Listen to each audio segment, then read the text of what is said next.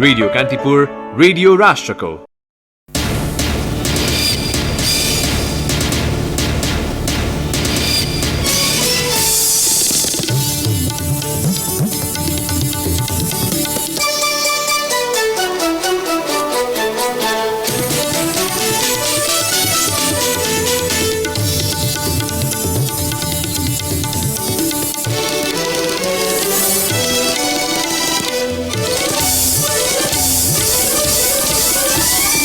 पूर्वाधार विकास मार्फत आर्थिक समृद्धिको महत्वाकांक्षी लक्ष्य राखी पनि परिणाममुखी योजना बनाउन भने सरकार असफल बन्दै सरकारी अधिकारीले रेल र पानी जहाज राष्ट्रको आवश्यकता भएको दावी गरिरहँदा पूर्वाधार जानकार भन्छन् कम्तीमा 2वटा उच्चस्तरीय राजमार्ग राज्यको प्राथमिकतामा पर्नुपर्छ। बाटबटिनी डिपार्टमेन्ट स्टोर लगायतका आधा दर्जन कम्पनीहरूले नक्कली भ्याट बिल प्रयोग गरेर राजस्व छलेको सर्वोच्च अदालतको ठहर, राजस्व न्यायाधिकरणको फैसला सदर। म्याद सकिन 1 वर्ष बाँकी रहँदै राष्ट्रिय पुनर्निर्माण प्राधिकरणको समय थप गर्ने बारे बहस सुरु, म्याद थप्ने नथप्ने बारे सिफारिस गर्न कार्यदल गठन। पाकिस्तानको लाहौर स्थित उच्च अदालतले पूर्व राष्ट्रपति मुशर्रफलाई मृत्युदण्ड दिने विशेष अदालतको फैसला उल्ट्यायो, विशेष अदालत गठन प्रक्रिया नै गैर संवैधानिक भएको ठहर।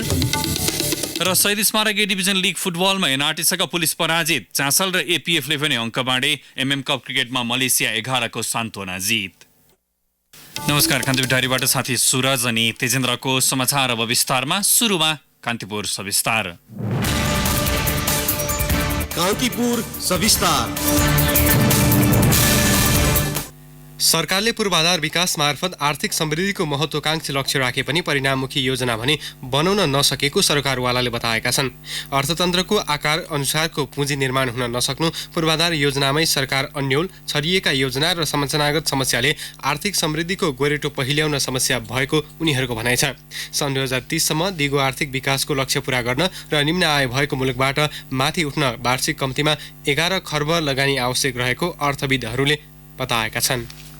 प्रधानमन्त्री केपी शर्मा ओलीले केही वर्षदेखि जनतालाई बाँडिरहेको एउटा महत्त्वपूर्ण सपना हो मुलुकमा पानी जहाज र रेल। प्रधानमन्त्रीको सपना राष्ट्रिय आवश्यकता हो वा होइन अथवा राजनीतिक महत्वाकांक्षा, बहस अझै जारी छ। भूपरिवेष्टित राष्ट्रलाई भूजडित बनाउन रेल कि सडक सञ्जाल? पूर्व अर्थ सचिव एवं अर्थविद रामेश्वर खनाल भन्छन् एकमात्रै विकल्प सडक सञ्जाल। भारत र चीनसँग जोडिन आर्थिक करिडोर सहितको कम्तीमा 2वटा उच्च स्तरीय राजमार्ग राज्यको प्राथमिकतामा पर्ने हो भने विकासले गति लिने उनको तर्क छ। रेल चाहिँ प्राथमिकता होइन, किनभने हामीले जुन क्षेत्रबाट लाभ लिने भनेका छौँ, चाहे त्यो कृषि होस् या पर्यटन होस् या जलस्रोत होस् अथवा उत्तर दक्षिण भूजडित हुने कुरा होस्, त्यसलाई रेलले सहयोग गर्दैन। हाम्रो भूभरणको कारणले कुशल इफिसियन्ट रोड नै हो, कुशल सडक नै हो।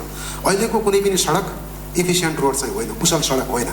यसले एउटा गन्तव्यबाट अर्को गन्तव्यसम्म मानिसलाई पुर्याउँछ, सामान चाहिँ पुर्याउँदैन। दुवै देशसँग चरम व्यापार घाटा कम गर्न तथा व्यापार सहजीकरणका लागि उच्चस्तरीय सडक नै सरकारी प्राथमिकतामा पर्नुपर्ने खनालले बताए। प्रधानमन्त्रीका मुख्य सल्लाहकार विष्णु रिमाल भने खनालको भनाइसँग सहमत छैनन्। रेल र पानी जहाज प्रधानमन्त्रीको सपना मात्र नभई राष्ट्रको आवश्यकता भएको रिमालको तर्क छ। संरचनागत सुधार, खास गरी योजना छनौटदेखि कार्यान्वयन र परिणाम आउने बेलासम्म झन्झटिलो प्रक्रिया विकासको बाधक भएको रिमालको तर्क छ। हाम्रो कनेक्टिभिटी सबै कुरा जोडिनु पर्छ, रेल पनि चाहिन्छ, पानी जहाज पनि चाहिन्छ, सडक पनि जरुरी छ। यति मात्रै भन्दा ठिक हुन्छ होला ठान्दछु। के हो अवरोध अहिले पूर्वाधारको सन्दर्भमा, निर्माणको सन्दर्भमा भन्दाखेरि पहिलो नीति निर्माण र राजनीतिक नेतृत्व र योजनाकारमा पनि एउटा समस्या देखिन्छ। सँगसँगै कार्यान्वयन गर्ने र अनुगमन गर्ने कर्मचारी तन्त्रमा देखिन्छ र त्यसपछि त्यसलाई इम्प्लिमेन्टेसन गर्ने अब हामी ठेकदार मन्त्री इत्यादि त्यसमा देखिन्छ। त्यतिकै जोडेर जान्छ र त्यसको सबैभन्दा प्रस्फुटित हुने ठाउँ चाहिँ कहाँ देख्छु मैले भने मनस्थितिमा चाहिँ देखिन्छ। विकास राष्ट्रको आवश्यकता भन्दा पनि दल, खास गरी तिनको नेतृत्वको चाहनामा भर पर्ने भएकाले पनि अपेक्षित परिणाम आउन नसकेको सरकारवालाहरू बताउँछन्। पूर्वाधार विज्ञ आशिष गजुरेलले कतिपय नेतृत्वले विकासे योजनालाई राजनीतिक स्टन्टको रूपमा व्याख्या गर्ने गरेको समेत बताए। चुनावको लागि त जनतासँग चाहिँ विभिन्न परियोजना बनाउँछु भनेर हामी चाहिँ हिँडिरहेको हुन्छौँ, तर उहाँहरूको फेरि परियोजनाको उहाँहरूको आफ्नै प्रायोरिटी छ, जुन चाहिँ अब नेसनल प्रायोरिटीसँग मिल्न नजान सक्छ। त्यही भएर चाहिँ हरेक पोलिटिसियन पनि आफ्नो चाहिँ परियोजनाको एजेन्डा लिँदै हिँड्ने, देशको आफ्नै अब्जेक्टिभ छ। यसरी चाहिँ हामीले परियोजनाको चाहिँ राम्रोसँगले निर्गोल गर्न सकेका छैनौँ, राम्रोसँगले परियोजनाको चाहिँ तयारी गर्न सकेका छैनौँ। त्यही भएर पनि हामीले अपेक्षा गरेको विकास चाहिँ हुन सकिरहेको छैन। सन् 2030 सम्ममा दिगो आर्थिक विकासको लक्ष्य पूरा गर्न र मध्यम आय भएको मुलुकमा उभ्याउन लगानीको दायरा फराकिलो बनाउनु पर्ने चुनौती छ। दिगो लक्ष्य हासिल गर्न शिक्षा, स्वास्थ्य, खानेपानी तथा सरसफाई लगायतका क्षेत्रमा वार्षिक कम्तीमा 20 खर्ब रुपियाँ खर्चिनु पर्ने राष्ट्रिय योजना आयोग, विश्व बैंक जस्ता निकायले जनाइसकेका छन्। त्यसमा पनि पूर्वाधारको क्षेत्रमा मात्रै वार्षिक 11 खर्ब रुपियाँ लगानीको आवश्यकता रहेको उनीहरूको भनाइ छ, जबकि नेपालको समग्र बजेट 15 खर्ब रुपियाँ हाराहारीमा छ र त्यसमा पनि विकास खर्च जम्मा 4 खर्ब। पूर्वाधार विकासको विकराल खाडल चिर्नलाई लगानी सबैभन्दा बढी चुनौतीपूर्ण रहेको अर्थविद एवं योजना आयोगका पूर्व उपाध्यक्ष डाक्टर सोडिम वाग्लेको भनाइ छ। पूर्वाधार कम्पोनेन्ट ऊर्जा पर्यो, सडक पर्यो, अन्य यातायात, यसलाई एउटा कोर फिजिकल इन्फ्रास्ट्रक्चर, त्यसको चाहिँ करिब 11 खर्ब जति एसटिजिस को रिपोर्टले त्यो भन्छ। त्यो भनेको 1/3 अफ जीडीपी त्यो पुगिहाल्यो। निचोडमा भन्नु पर्दाखेरि 3 देखि 5 बिलियन डलरको वार्षिक लगानी चाहिने भयो। महत्वाकांक्षा फड्को मार्ने गरेर पूर्वाधारलाई पुँजी निर्माणको एउटा महत्त्वपूर्ण कदमको रूपमा लिने, कनेक्टिभिटीको एउटा पावरफुल मिडियमको रूपमा लिने र पूर्वाधारबाटै अरू नयाँ अर्थतन्त्रका न्यू इकोनोमिक एक्टिभिटिजहरू जन्माउने किसिमले एउटा महत्वाकांक्षी ढङ्गले जाने हो भने चाहिँ करिब 1/3 अफ जीडीपी तिर हामी जान्छौँ। पूर्वाधार विकासले संस्थागत रूपमा लिक समात्न नसक्दा लोकतन्त्रको जग समेत बलियो हुन नसकेको सरकारवालाले बताएका छन्। विकास र समृद्धिको लोकप्रिय नाराका बीचमा पूर्वाधारको सही छनौट हुन नसक्दा सरकार त कुहिरोको कागजे हराइरहेको छ नै, विकासको संघीय मोडल समेत धरापमा पर्ने संकेत देखिएको छ। रेडियो कान्तिपुरका लागि अनिल परियार, काठमाडौँ। कान्तिपुर सविस्तार।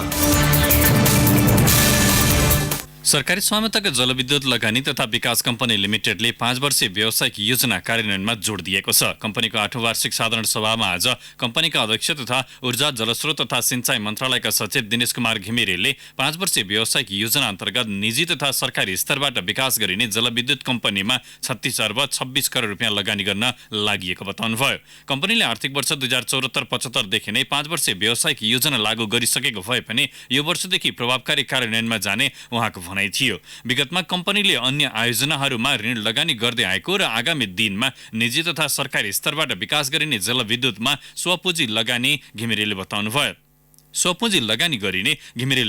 त्यस्तै कम्पनीको वित्तीय, संस्थागत एवं प्राविधिक सुदृढीकरणमा जोड दिएको र स्वपुँजी लगानी मार्फत शेयरधनीको प्रतिफल बढाउने योजना रहेको उहाँको भनाइ थियो। साधारण सभामा शेयरधनीहरूले सञ्चालकको पारिश्रमिक भत्ता उच्च हुँदा समेत व्यावसायिक योजना अनुसार काम गर्न नसकेको र शेयरधनीको प्रतिफल बढाउन नसकेको भन्दै प्रश्न गरेका थिए। सर्वोच्च अदालतले भाटबटेनी डिपार्टमेन्ट स्टोर लगायतका आधा दर्जन कम्पनीहरूले नक्कली भ्याट बिल प्रयोग गरेर राजस्व छलेको ठहर गरेको छ। प्रधान न्यायाधीश चोलेन्द्र शमशेर जबरा र न्यायाधीश प्रकाश कुमार ढुङ्गानाको एकल इजलासले विभिन्न कम्पनीहरूले नक्कली भ्याट बिल प्रयोग नगरेको भन्ने दाबीलाई अस्वीकार गर्दै राजस्व न्यायाधिकरणको फैसला सदर गरेको हो। अरुण इन्टरकन्टिनेन्टलको 2वटा मुद्दा भने राजस्व न्यायाधिकरणको फैसला सर्वोच्चले उल्ट्याएको छ। त्यसको पूर्ण विवरण आउन बाँकी छ। गत पुस 20 गतेका लागि सुनवाई थालेको सर्वोच्च अदालतले नक्कली बिल मार्फत भ्याट र आयकर छलेको आरोपमा भएको संशोधन कर र जरिवानामाथि न्यायिक परीक्षण गर्दै सो ठहर गरेको हो। भाटबटेनी लगायतका 5वटा कम्पनीका मुद्दा एकसाथ राखिएका छन्। नक्कली भ्याट बिल प्रकरणमा जोडिएका कम्पनीहरू मुख्य रूपमा आयकर र मूल्य अभिवृद्धि करको विवादमा मुछिएका छन्। गत वर्ष तत्कालीन कामु प्रधान न्यायाधीश दीपक राज जोशी र उनी पछिका प्रधान न्यायाधीश ओम प्रकाश मिश्रले नक्कली भ्याट बिलका मुद्दालाई हतारमा टुङ्ग्याउन खोजेका थिए। Bhatbhateni department store, AIT international, BS Bania stores and firm, Shankar oxygen gas र अरुण इन्टरकन्टिनेन्टलमाथि नक्कली बिल प्रयोग गरेर भ्याट छलेको आरोपमा मुद्दा चलेको छ।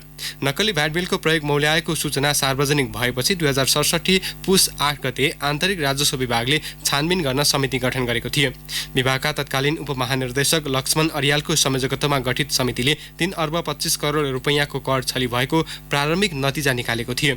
पछि अनुसन्धान हुँदै जाँदा 518वटा व्यावसायिक फर्मले नक्कली भ्याट बिल बनाई कर छलेको घटनामा 3 अर्ब 7 करोड रुपैयाँ भ्याट, 3 अर्ब 33 करोड रुपैयाँ आयकर, 20 करोड 50 लाख रुपैयाँ अन्तशुल्क निर्धारण गरेको थियो। यसबाट कुल 6 अर्ब 59 करोड रुपैयाँ कर निर्धारण हुन आउँछ।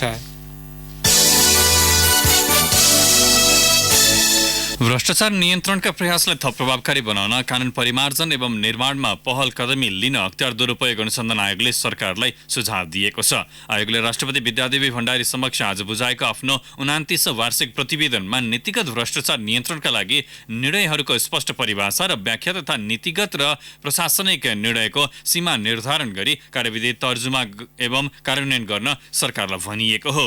यस्तै आवश्यक कानुनी प्रविधिगत तथा संस्थागत प्रबन्ध गरी सफ्टवेयर मार्फत सम्पत्ति विवरण भर्ने र सोको डिजिटल अभिलेख अध्यावधिक तथा लेखाजोखा हुने व्यवस्था मिलाउन पनि अख्तियारको सुझावमा उल्लेख छ।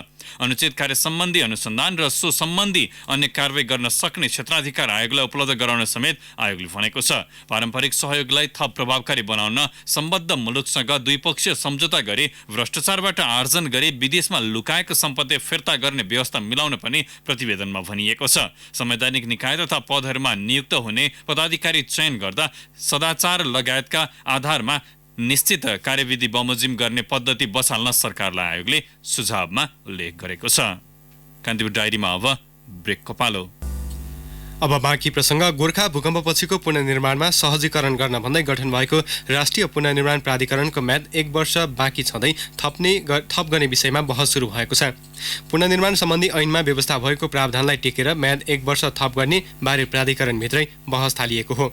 ऐनमा नेपाल सरकारले आवश्यक ठानेमा प्राधिकरणको म्याद 1 वर्ष थप्न सक्ने प्रावधान छ। गत पुस 12 गते प्राधिकरण गठनको 4 वर्ष पूरा भएको छ। प्राधिकरण निर्देशक समितिको आज बसेको बैठकले पुनर्निर्माणका कामहरू सन्तोषजनक भएको निष्कर्ष निकाल्दै म्याद थप्ने नथप्ने बारे सिफारिस गर्न कार्यदल गठन गरेको छ। प्राधिकरणका प्रमुख कार्यकारी अधिकृत सुशील गेवालीको संयोजकत्वमा गठित सो कार्यदलमा अर्थ, गृह, शहरी विकास, पर्यटन, संस्कृति पर्यटन तथा नागरिक उड्डयन मन्त्रालय, राष्ट्रिय योजना आयोग र प्राधिकरणका सचिवहरू सदस्य छन्। कार्यदललाई पुनर्निर्माणको वर्तमान अवस्था, आगामी कार्ययोजना, वित्तीय व्यवस्थापनको अध्ययन गरी प्राधिकरणको म्याद थप्ने नथप्ने सिफारिस गर्ने जिम्मेवारी दिएको छ। कार्यदलको प्रतिवेदन राष्ट्रिय पुनर्निर्माण प्राधिकरण निर्देशक समितिको अर्को बैठकमा पेश हुनेछ। निर्देशक समितिको अध्यक्ष समेत रहेका प्रधानमन्त्री केपी शर्मा ओलीले आजको बैठकमा कमजोर आर्थिक अवस्था, राजनीतिक सङ्कट, नाकाबन्दी, संघीयताको नयाँ संरचना लगायत का बावजुद पनि पुनर्निर्माणमा 83% उपलब्धि हुनुलाई असाधारण प्रगति भएको बताउनुभयो। पुनर्निर्माणलाई अत्यधिक रुचिमा राखेर प्राथमिकता दिएको स्पष्ट पार्दै प्रधानमन्त्री ओलीले पुनर्निर्माणका बाँकी कामलाई सम्पन्न गर्न उपलब्ध बजेट र स्रोतको सीमामा रहेर वास्तविक योजना बनाई काम गर्न निर्देशन दिनुभयो। बैठकमा सीईओ गेवालीले पुनर्निर्माणको अवस्था, आगामी कार्ययोजना र वित्तीय आकलन प्रस्तुत गर्नुभयो। चालु आर्थिक वर्षको 141 अर्ब रुपैयाँ बजेट मध्ये 38 अर्ब रुपैयाँ बराबरको बजेटको स्रोत सुनिश्चित भएको जानकारी उहाँले गराउनु भएको थियो। शिक्षा, स्वास्थ्य, सम्पदा र गुम्बाको पुनर्निर्माणका लागि स्रोतको सुनिश्चितता हुनुपर्ने उहाँको भनाइ थियो। अर्थमन्त्री युवराज खतिवडाले स्रोतको सीमा रहेको भन्दै आगामी वर्षमा बजेट विनियोजनका लागि अर्थ मन्त्रालयसँग परामर्श गर्न आग्रह गर्नुभयो। सवारी चलाउँदा लापरवाही नगर्ने प्रतिबद्धता सहित टिप्पर चालकहरूले काभ्रेमा शपथ खाएका छन्। दुर्घटना कम गर्न बागमती टिप्पर व्यवसाय संघ र जिल्ला ट्राफिक प्रहरी कार्यालय काभ्रेले लिखित प्रतिबद्धता सहित टिप्पर चालकलाई शपथ खुवाएका हुन्। चालकले जिल्ला ट्राफिक प्रहरी प्रमुख प्रहरी निरीक्षक विशाल तामाङ समक्ष विभिन्न 10 बुँदे प्रतिबद्धता व्यक्त गरे। संघाध्यक्ष प्रेम तामाङले थप जिम्मेवार बनाउन यस्तो प्रतिबद्धता सहित शपथ खुवाएको बताउनुभयो। शपथमा उनीहरूले मादक पदार्थ सेवन गरेर सवारी साधन नचलाउने, तीव्र गतिमा नकुदाउने, जथाभावी ओभरटेक र पार्किङ नगर्ने, संगीतका लागि उफर, झल्लर र स्टिकर नराख्ने, गाडी चलाउँदा मोबाइल फोनको प्रयोग नगर्ने, पैदल यात्रुलाई प्राथमिकता दिने लगायत प्रतिबद्धता व्यक्त गरेका थिए। नेपाली कांग्रेसका महामन्त्री शशाङ्क कोइरालाले 14औं महाधिवेशनमा जसरी भए पनि शेरबहादुर देउवालाई नेतृत्वमा आउनबाट रोक्ने दावी गर्नुभएको छ।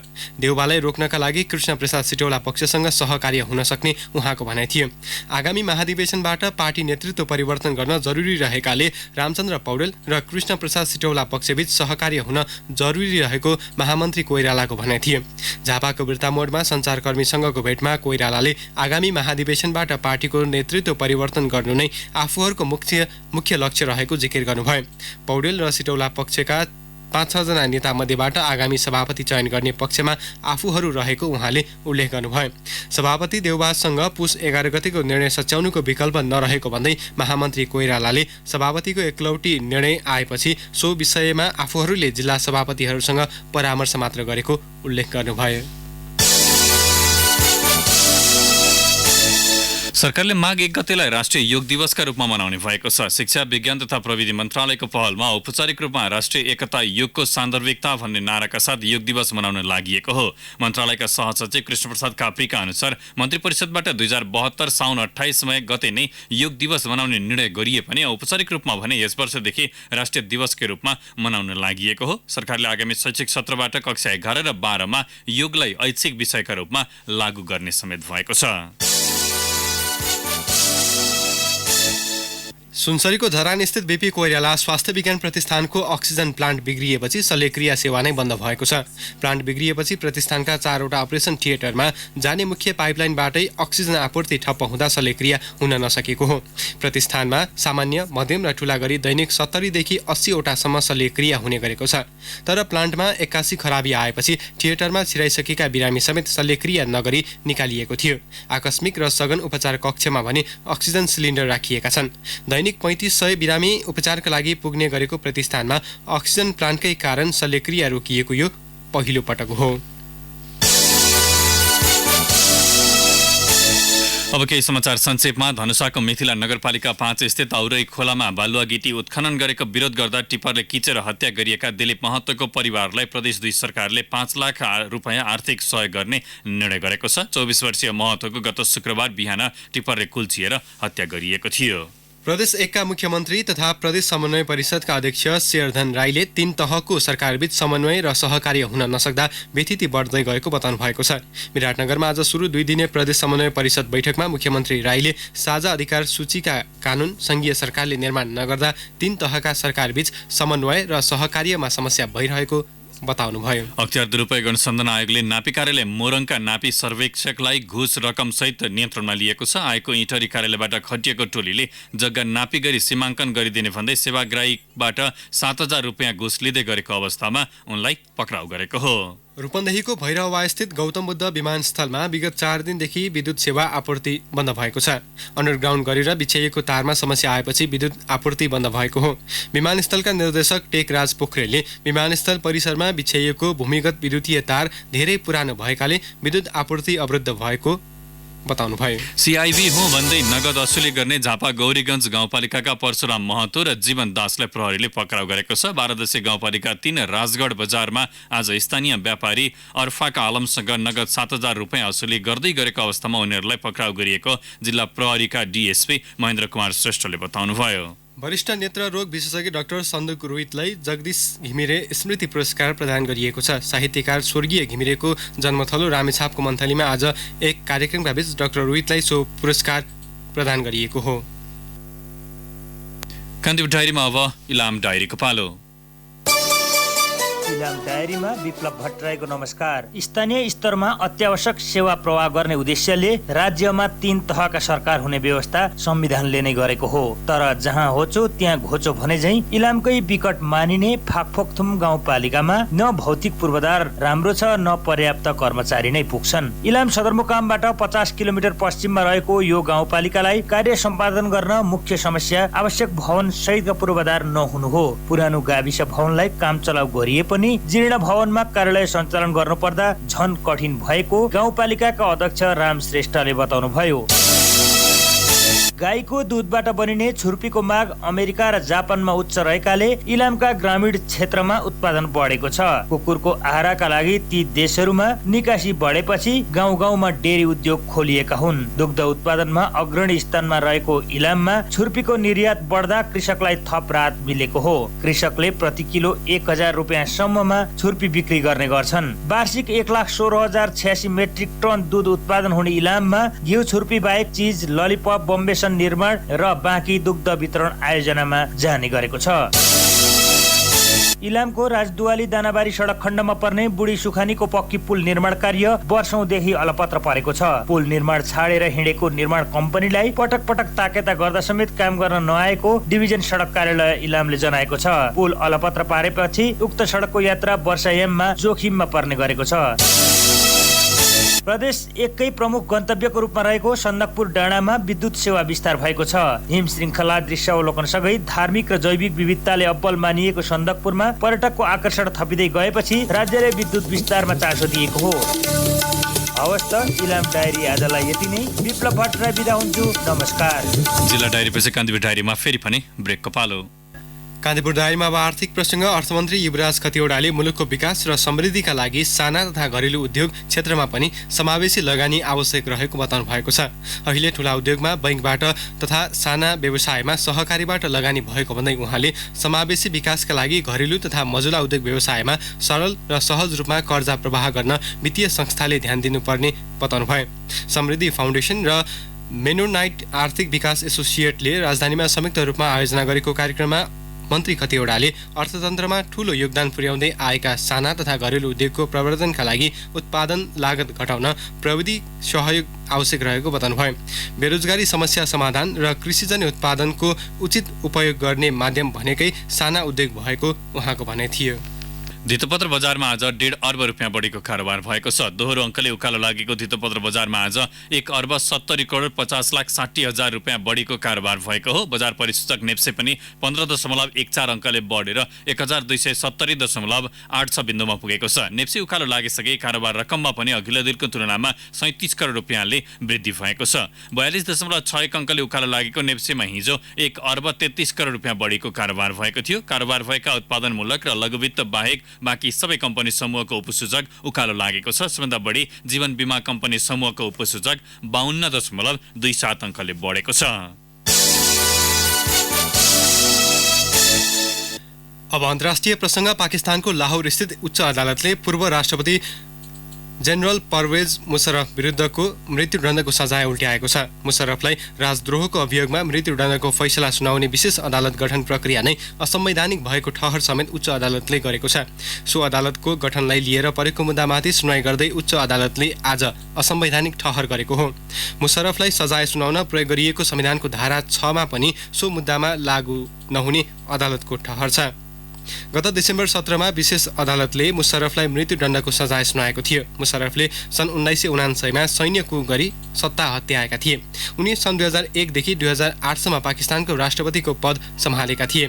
सन् 2007 मा संविधान निलम्बन गरेको तथा आफ्नै कार्यकाल लम्ब्याउनका लागि आपतकाल घोषणा गरेको आरोप लगाउँदै उनी विरुद्ध सन् 2013 मा राजद्रोहको मुद्दा दायर भएको थियो।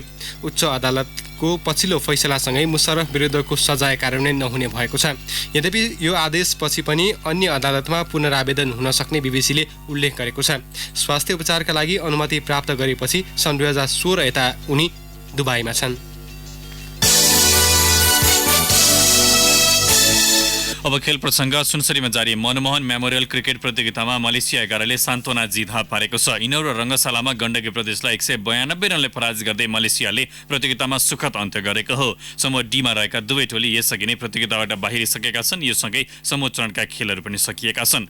मलेसियाले दिएको 279 रनको लक्ष्य पछ्याएको गण्डकी प्रदेश 27 ओभर 2 बलमा 106 रनमा समेटियो।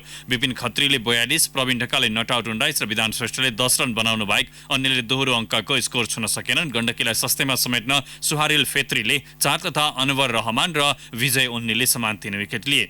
यसअघि 47 ओभरमा छट्याएको खेलमा मलेसियाले 8 विकेट गुमाएर 298 रनको उच्च एकफल तयार पारेको थियो। एइनुल हकिमले 89 रन बनाएको मलेसियाको इनिङ्समा भूषण शिव र वीरनदीप सिंहले अर्धशतक पूरा गरेका थिए। विपिन खत्रीले 3 र चन्द्र पौडेलले 2 विकेट लिएका थिए।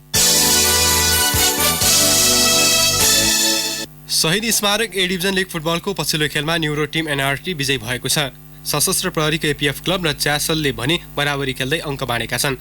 काठमाडौँको त्रिपुरेश्वर स्थित दशरथ रङ्गशालामा आज भएको खेलमा नेपाल पुलिस क्लबलाई 1-0ले पराजित गर्दै एनआरटी 8 अङ्कमा तालिकाको 6औं स्थानमा उक्लिएको छ। पुलिससँग समान अङ्क भए पनि एनआरटीले 1 गोल अन्तरमा पछि परेको छ। एनआरटीको जितमा 75औं मिनेटमा दर्शन गुरुङले गरेको गोल नै निर्णायक बन्यो। सोही मैदानमा भएको दोस्रो खेलमा च्यासल र एपीएफले गोल रहित बराबरी खेले। बराबरीपछि च्यासलको 6 अङ्क र एपीएफको 5 अङ्क भएको छ। 6औं चरणको अन्तिम खेलमा भोलि दोस्रो स्थानको त्रिभुवन आर्मी र सङ्कटा क्लब बीच प्रतिस्पर्धा हुनेछ। हवस् त कान्तिपुर डायरी अहिले यहीँ सकिन्छ। सुरज र तेजेन्द्र बिदा हुन्छौँ। नमस्कार। सूचना र मनोरञ्जनको संवाहक रेडियो राष्ट्रको रेडियो कान्तिपुर।